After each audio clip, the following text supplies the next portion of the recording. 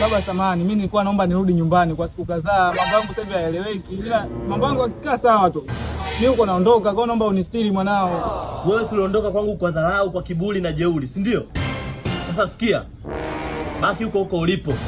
Kwangu sitaki tena kukuona.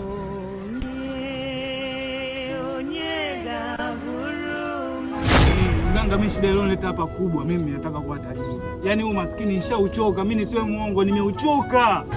Swala la wewe kuwa tajiri linawezekana, ila unatakiwa mtoe kafara baba au mama. Bila hivyo utajiri utausikia kwenye bomba, maana nyota yako imefifia sana. Sawa mganga, acha basi, mimi nitarudi. Wala hujalogwa. Hicho ambacho ukione hata sisi hatukione.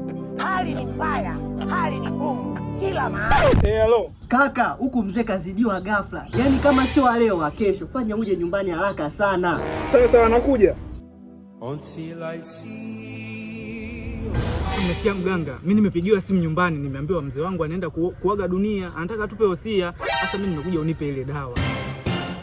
Shika hii dawa. Nenda kaweke kwenye kinywaji cha mlengwa. Hasida toki mbali.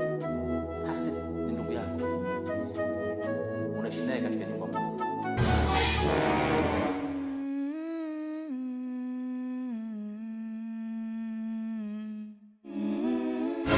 Una nini tena hapo? Kaka, kashakufa.